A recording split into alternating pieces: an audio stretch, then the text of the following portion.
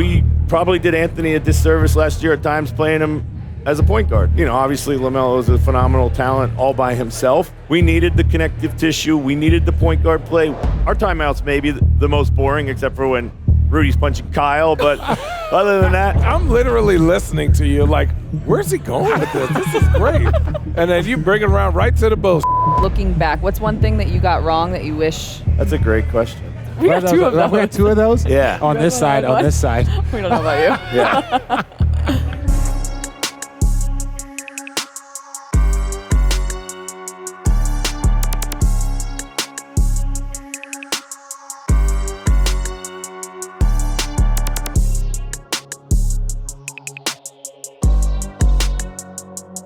Cheers, cheers, cheers. There you go. No. Welcome back to Road Trippin. It's presented by Fanatics Sportsbook. Go download the Fanatics Sportsbook app right now. Use code Road Trippin to keep up with all the cool things that Road Trippin and Fanatics have cooking up. You know the drill. Richard Jefferson, Channing Frye, Allie Clifton. And joining us now, I have a special intro for you, okay? He is one of my favorite coaches in the NBA, I will say that. You're coming off 5 straight playoff appearances in Minnesota, included 2 trips to the conference finals. And if you dig back far enough, you ready for this?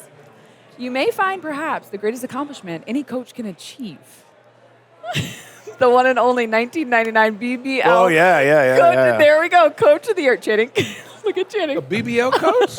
Hey, coach. Yeah. I'm here. Double checked up. I beat Nick Nurse in that game. There we go. Oh. The one and only Chris Finch, Minnesota Timberwolves, you beat guys. Nick Nurse Yeah, in the BBL. we had a winner-take-all last game of the season championship, and we won at the buzzer. You won at the buzzer? Yeah. Wow. I love that. Yeah. The one thing about coaching, which, again, you guys are crazy, takes a different type of psycho to be a coach. No, and I say this with such respect. Yeah. Some of my Super best respect. friends, Luke Walton, J.J. Redick, J.B. Bickerstaff, these are my brothers.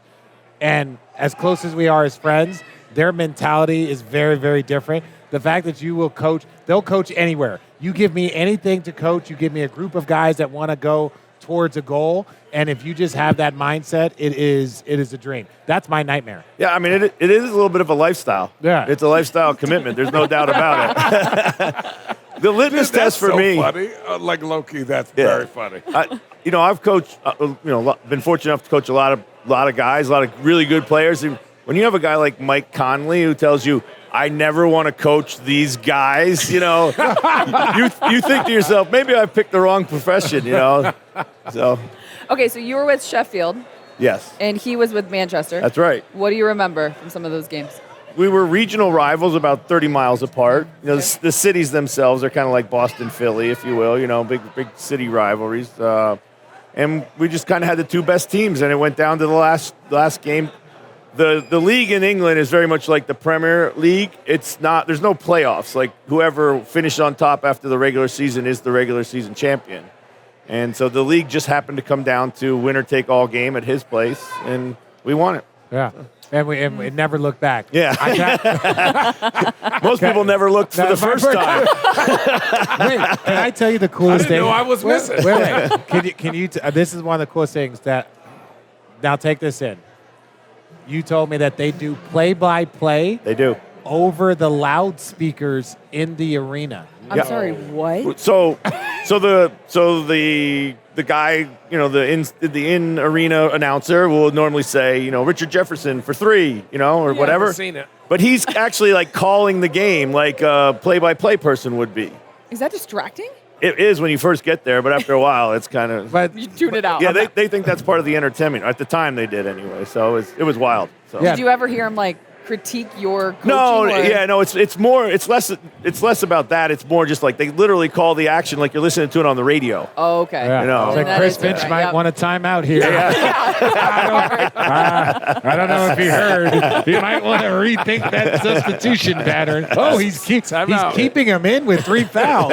Wow, I haven't seen that before. Right. Was there a moment where you were like, in your life, where you were like, yeah, I want to coach?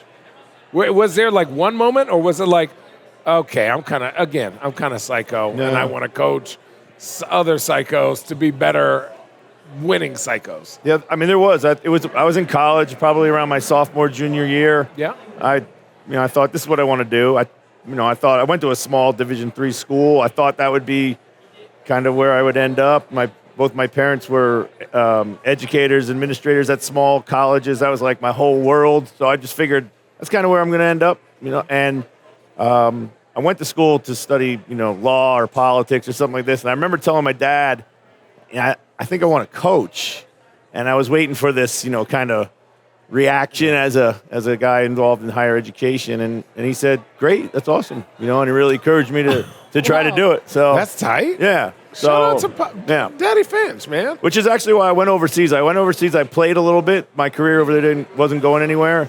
But I went over there to try to get just a different experience and take a different path to coach. I had a chance to be a graduate assistant. At the same time, I was offered a chance to play overseas, and I took the job overseas just, to kind of continue my basketball journey in a different manner. And it, fortunately it paid off, but I didn't know where it was going to end up. So.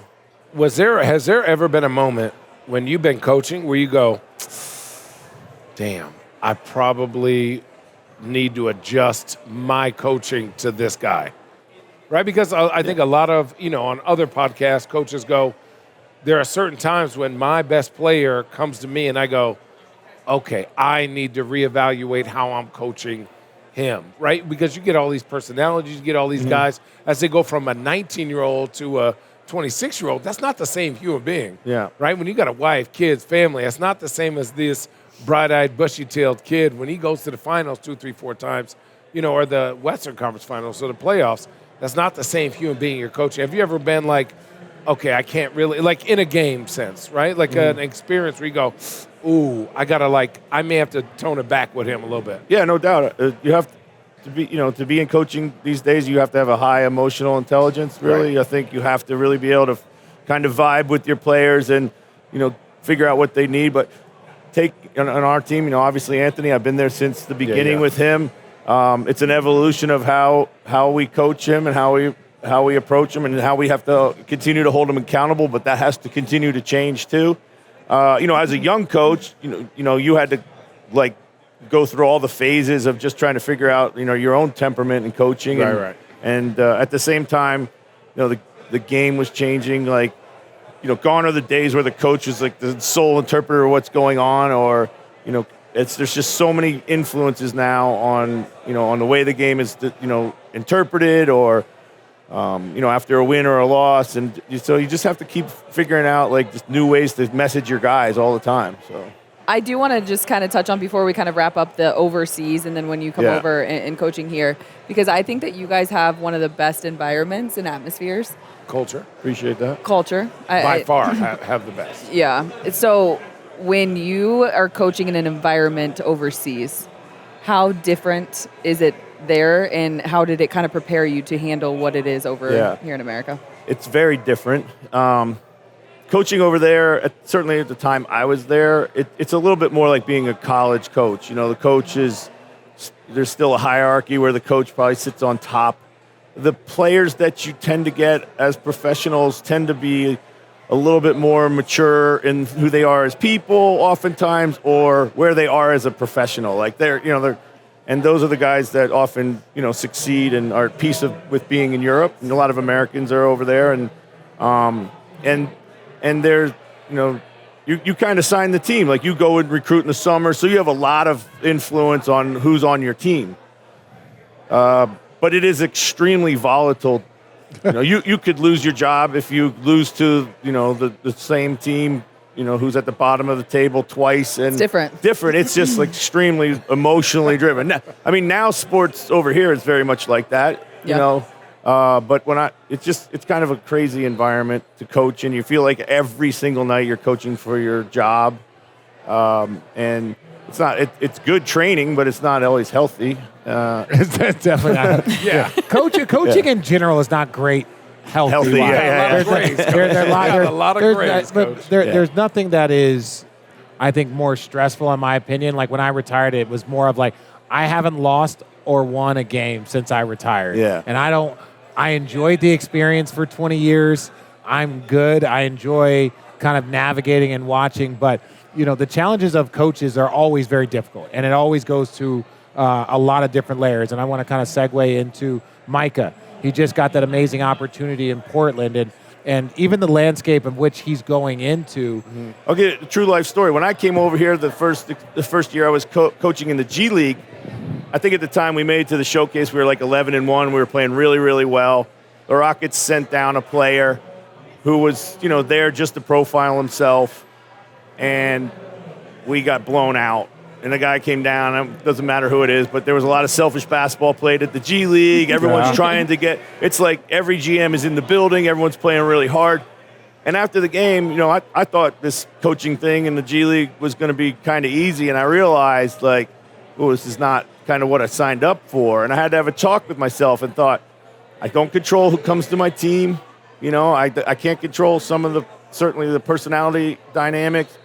I just got to figure out how to navigate this. It was a watershed moment for me because overseas, I would control who came to the team or who left, and then the rest of the 2 years in the G League, when you're always losing your best players, that volatility is invaluable to learn through because you just have to keep reinventing yourself all the time. Wow. Yeah. Wow. They come out with a different roster, different style of play, different, because a guy could just leave tomorrow. Yeah, like in Europe, we would get rid of the players we didn't want or the players that, weren't good enough or whatever it was. But in the G League, you're almost always losing your best players.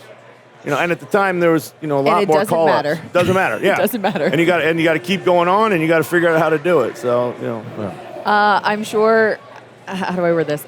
You're very happy and proud for Micah? Yes. But how hard was it to lose him? I mean, it's very hard to lose him just as a friend. Yeah. I mean, we're extremely close. We have, we share almost a shared brain in a lot of ways, but mostly just, as a confidant. That's the thing. And the guy alongside you in our 82-game season, it's so much up and down. And as a head coach, you just wear it so much more. You need somebody alongside you who can just kind of keep you, in a good mindset. And he's invaluable. But as a friend, I was even more happy that he finally got the chance. Yes. I think he's going to do well. Yeah. I think he's going to do well. I think we shouldn't bury the lead any longer. Go ahead. Oh, yeah.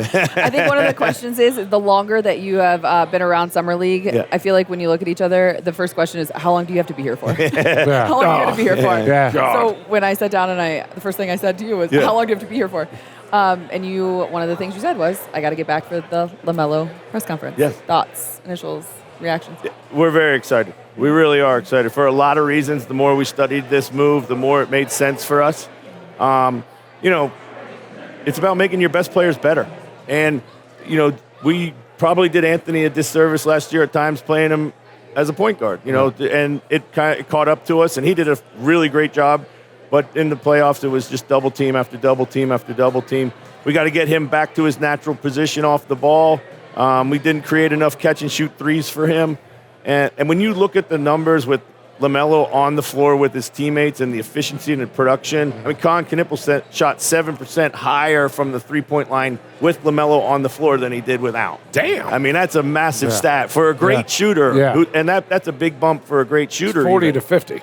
Yeah, exactly. Right? 40 yeah. and 47. Yeah. If you're shooting 47%, right, that's crazy. Yeah, so, that's a good point. And, obviously LaMelo is a phenomenal talent all by himself.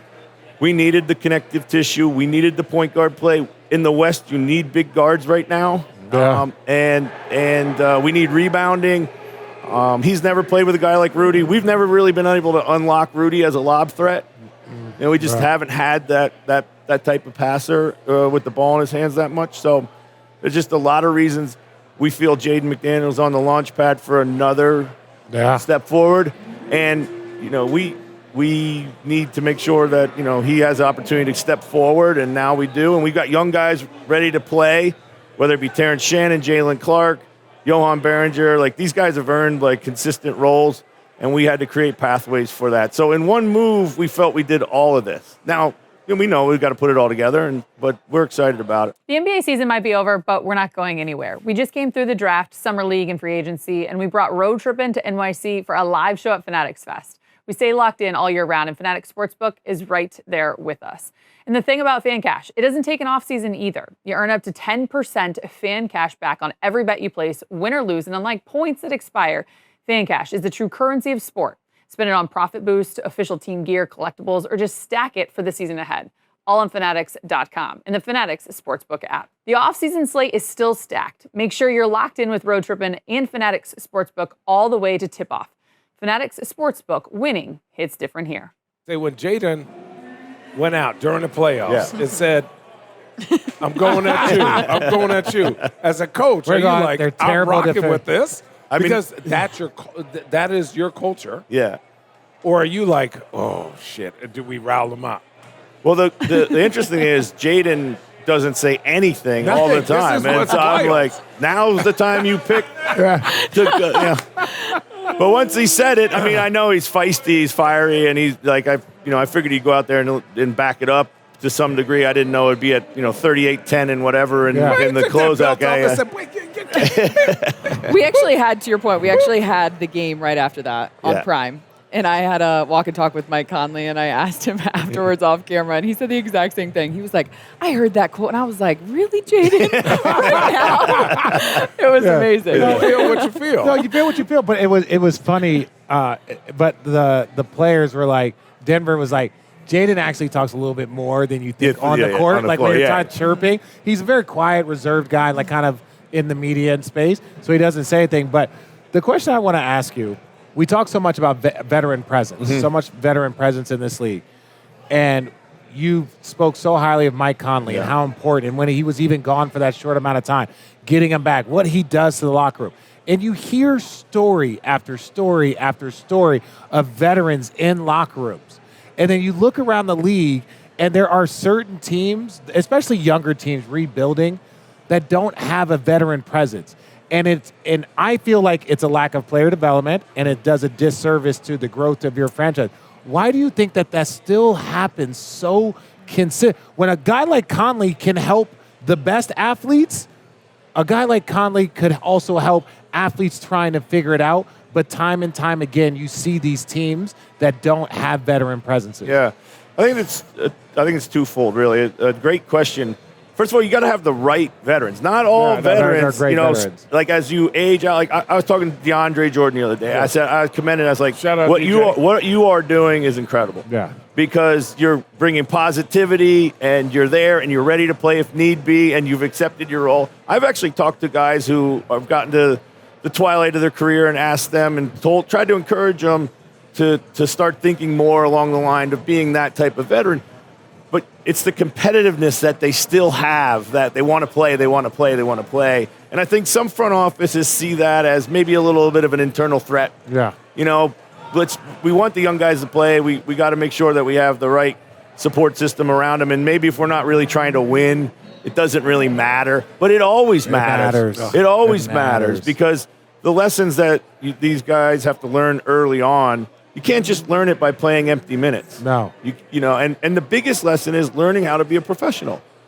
On and off the court. On and off the floor. On and off the court. Yeah. People don't understand. They give you 20 years old, they give you $15 million, and they expect you to understand anything. You know nothing. Yeah. You know nothing about basketball. You're still trying to learn life on and off the court. So I just always, when I hear you speak so glowingly of Mike Conley, and we see DeAndre Jordan was another one of those players, and there's guys throughout the league that Udonis Haslem famously was that for Miami, and you just see the good franchises have veteran presence in some way, shape, or form, but you still see it consistently in, 20% of the leagues that probably should have it but don't. Yeah. I mean, it matters when Rudy's eating, clean, healthy food every single day, and rookies are looking at him like, what are you eating that for? And Rudy's trying to educate him on how to eat, and over time, you see the changes. Yeah. But but they have to see the consistency of performance every day. Mike Conley came in, had the same breakfast every single day, did the same routine every day. What was it?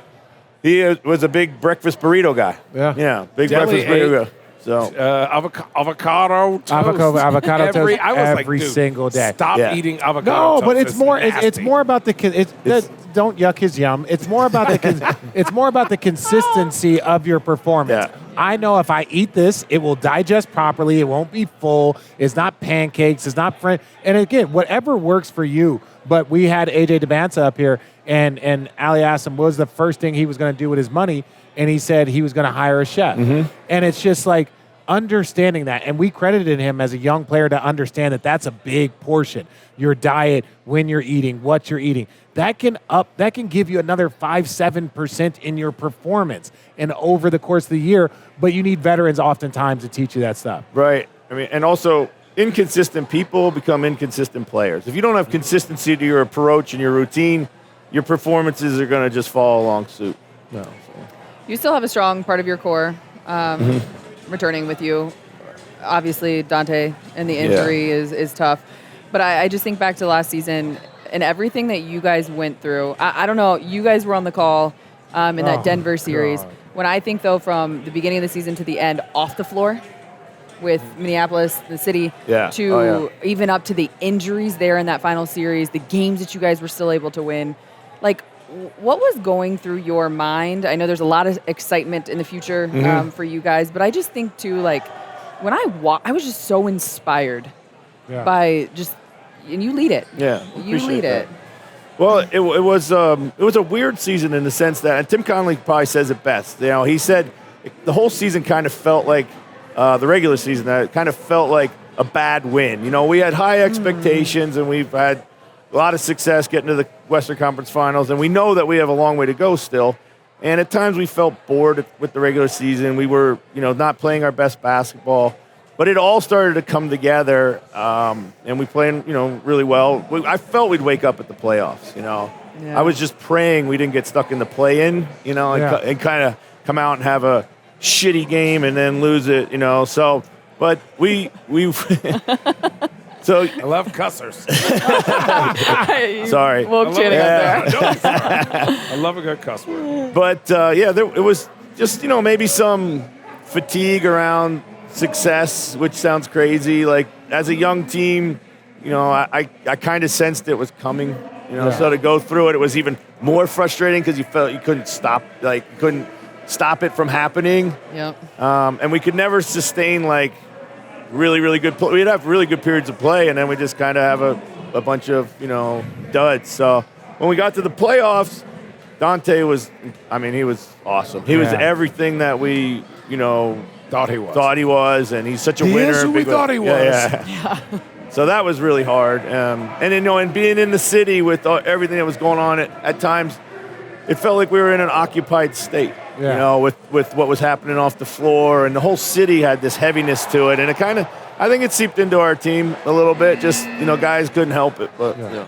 Well, I thought you guys had a solid year, given the injuries that you had to deal with.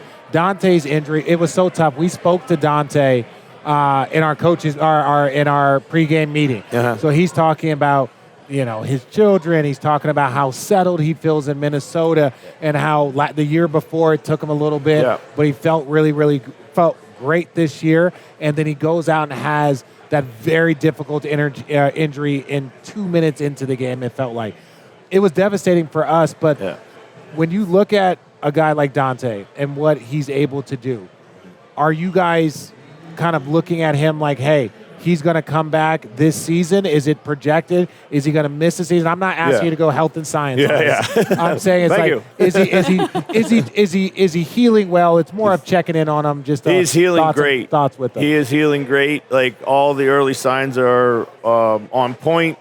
He's in a good place mentally. Yeah.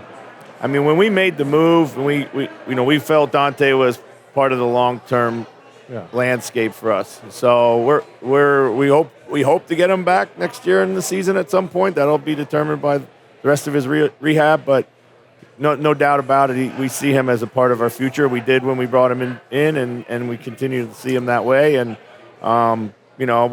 everyone kind of half expected us to put him into some trade to do something. Yeah. That's not the way Tim Connelly is. Tim as a amazing human being, more than anything else. So we're committed to getting him back and better than ever, and rewarding him for his good play.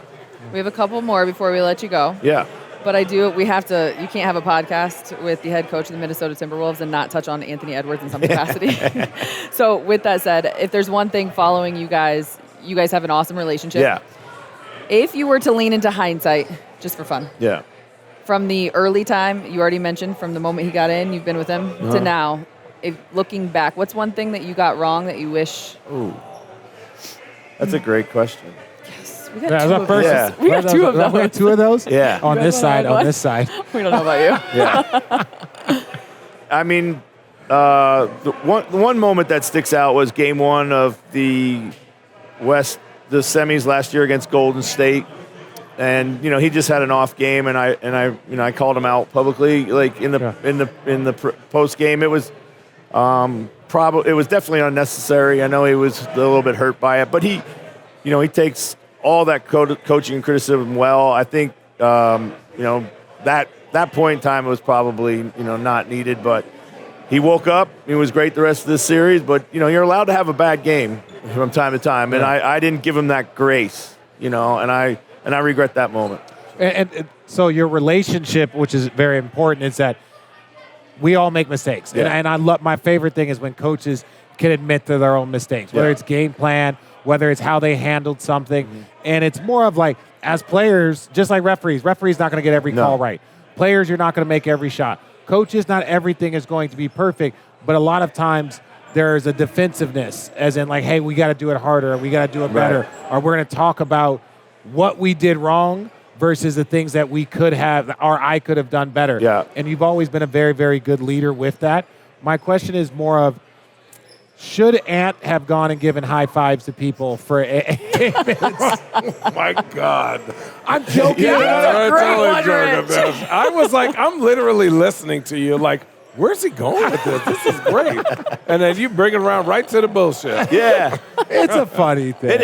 I think it's probably one of the more misunderstood things that actually has happened. I mean, Yeah. some that's insight what to that. we want to know. Because Yeah. they actually, when it happened, they actually said the exact same thing. I was like, it's not that big of a deal. Yeah. We were like, guys do it in all ways, shapes. Some guys want to get off. Some guys don't even say like good series after the series. Yeah. Everybody handles it different. For the series to be over, for him to be pulled and be like, hey guys, Right. appreciate you guys, man. Did you see it while it was happening? Yeah, I mean, I saw him walk down there, and then when he came back, I said, "You're not going to the locker room, are you?"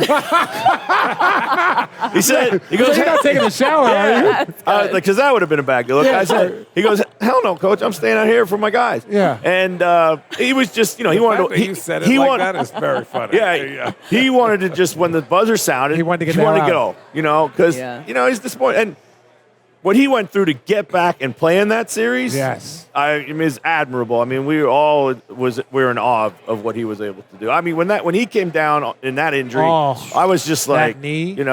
I did And that game. I was we- doing that game. It was the same Dante game. Dante game, and then that, and you're like, did they just lose their backcourt? Yeah. And the hardest thing when you're commentating games, that's the hardest thing, is a player injury. Right. Because I immediately go to my player mind. Yeah. And being in that position or feeling for him, or it almost is like he's a teammate of mine when that happens, and then you still have to do your job. Yeah. That was a tough game. Yeah. You can tell me I'm wrong, but I felt like that game, though, that game was literally the epitome of your entire season because you all still won that game. Yeah, and I had 43. Yeah.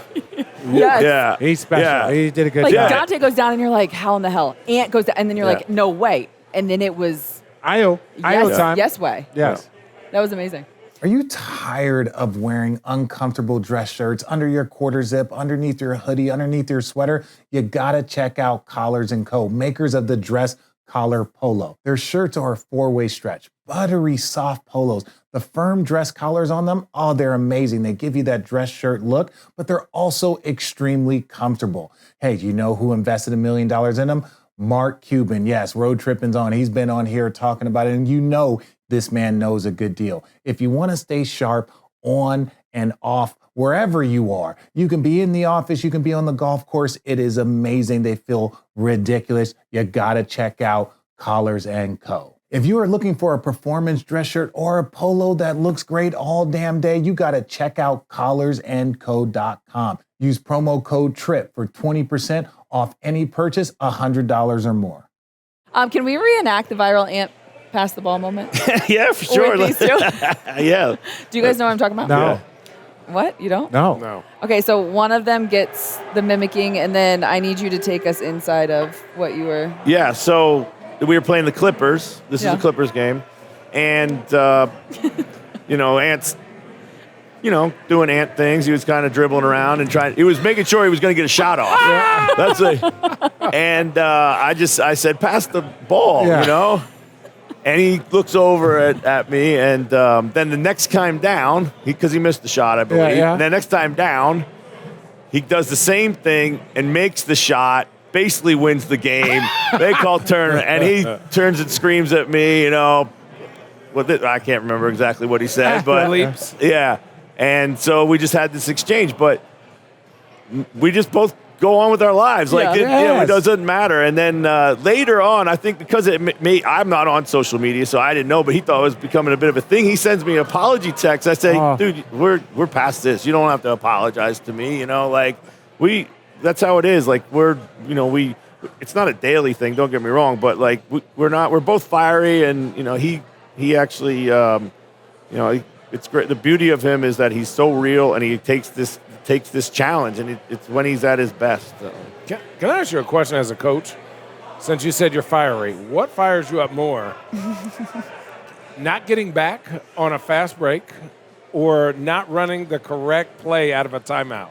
Oh, I mean, does he get a good question there? That's a great question, because you know who was the worst? Richard was the worst out of a timeout. Richard. Well, you seem like you would be pretty slow getting back. See how he called me out? I'm slow in general, so you got to get what you get, brother. Listen, I'm here for floor spacing and positional defense. That's it. Listen, you know what I'm here? So that your star doesn't get double teamed. We're good. My ADD during ATL, because again, there's so much going on, and you sit there, and it's like, because you could be thinking about your last shot, your last turnover, whatever it is, and you're just like, I have no idea what play we're running. I have no idea. Richard will walk out and go, what are we running? I'm like, Richard, I'm in the corner, dude. What are you? I don't know the play. I learned ways around that, but that's for another conversation. I mean, I'm a believer. Our timeouts may be the most boring, except for when Rudy's punching Kyle, but other than that, our timeouts, because it's been a proven fact that players don't remember much in a timeout because you got so much going on. You're resting, you're trying to catch your breath. You got all kinds of stuff going on. So, if we remember to play out of the timeout, that's a victory. So. Expectations have lowered. Yeah. The expectations have lowered as a coach. You're playing with Ant. You're like, hey, somebody set a screen for exactly. Ant. It's going to end up in his hand. Give it to him. We're going to get into our detour segment. It's brought to you by Fanatics Sportsbook. Best case scenario, visually, what it looks like, and you guys can chime in with LaMelo and Ant together. Yeah, I think pace quickens. I think more catch and shoot three opportunities for Ant. Double teams versus Ant, end up in LaMelo playmaking opportunities. Rudy at the rim on lobs. Yeah. What about young Jason Kidd, Vince Carter? Hold on now. But just hear me out. Essentially, their pace of play is always established by LaMelo, right? Everyone is playing the game because they're going, when I played with Steve, we always ran because Steve was always going to make sure that everyone was unselfish. Everyone was going to make the extra play because they never thought it would stick. If the ball doesn't stick, then everyone is a threat. So now somebody who averages 6 points may average 9. Those extra 3 points are going to help win you another 15 to 20 games. Like Rudy, okay, let's say he gets 6 and 16. Mm-hmm. What happens if he has 12 and 16? Sure. Right? He's a very different, engaged human. When he rolls, he's going to screen harder. He's going to roll harder. They're going to have more shots. He's going to rebound more. Right, and this is what I'm saying. That's why I said Jason Kidd, Vince Carter, because now you go, oh, we need a bucket? There, Ant, go get us a bucket within half courts. But the first three and a half quarters, now we have somebody who establishes play. When you bring in your bench, now they're going to play faster. Huh? They are him. Yeah, his team. I know. He seems to have it figured out. That's why I don't coach. That's why I do this. I talk. One final question for you. Obviously, you lose Nas, you lose Julius. When it comes to the depth of your big man position, yes. How much are we going small ball-ish? How much we? Yeah, I mean, we got a couple options there. Of course, we can have, one of the guys step up and claim the position, and, whether it's TJ or, anyone else. Tim question. But we could do it by committee every night. Maybe it's somebody different based on who we're playing and what we have to face. We're definitely going to be creative defensively, giving up size. We went from probably having one of the bigger teams, the best 48 minutes of depth at the 4 position across the league to kind of having a little bit more of a hole we got to figure out. But this goes back to this is our third big swing since I've been here with Tim Connolly. We brought in Rudy. traded Cat, brought in those guys, and now this one. So, we just kind of will always shift around what our best players can do, and our identity will change a little bit, but we're pretty excited about it. Wait, my last question. Rudy gets a lot of flack for being Rudy. Mm-hmm. What is it? Tell the people why you love Rudy for what he is. Yeah, I mean, first of all, he's a great teammate. Right. He's about the right things. He is a floor raiser. Like, when he is out there every single night, you are going to be at a certain level and have a chance to win every night. Great pro. With Rudy, like his successes, the things that are going on in the background at a high level all the time are not always noticed. His mistakes or his right. are loud, and so people can point to them, and he's I think it's a crime. It's a shame how people will criticize Rudy, and it's something internally that our guys have rallied around. Right. All our guys have rallied around Rudy, and because they understand how important he is to us. Well, I thought this year he was getting, people were going at him, and I thought this year especially, Rudy was like playing present. He was very present. He wasn't like worried about, if you score on me or not. He was like, I think before he was a little embarrassed that people scored on him. I thought this year his maturity was like, okay, if you score on me, it's no big deal, because his teammates were hyping the shit out of him. Yeah. And he was playing how They need him to. they needed him. You guys needed him to. So, Yeah. hey, I've hated on Rudy before. I could not hate on him this year. Yeah. It was great. It's a win. And that's part of the beauty of Ant, because Ant is like a hype machine. He loves his teammates. He hypes everybody up, and it's it's genuine. And Rudy, he's extremely has a ton of pride, and he's like driven by his pride. And He's French. He's confident, and he's got a lot of, you have every reason to believe he's a good player, because he really is. He's a first ballot Hall of Famer. Yeah, I agree. What do you do to get away from the game before we let you go? What do I do? Yeah. I like to be on the water, fish a lot down in look like a in the jet Keys. skier. No. Mike, That's a joke Are you there. a banana boat guy? Are you? No, I'm not a banana boat guy. He said he was a fisherman. you guys. You're a big kayaker. Yeah. No. What do you type fish of for? fishing? Lot of offshore saltwater stuff down in Florida, down in the Keys. Deep sea, Yeah. deep sea. So Nice. that's brother. my thing. That ain't me. No. If it's the sea, that ain't me. Well, we appreciate you taking Thank you, time. Coach. Thank you you have so ended much. our time here in Summer League, and it couldn't have ended any better way. So we appreciate Coach Finch from the Minnesota Timberwolves, for Richard for Channing, for Allie. That is another edition of Road Trippin'.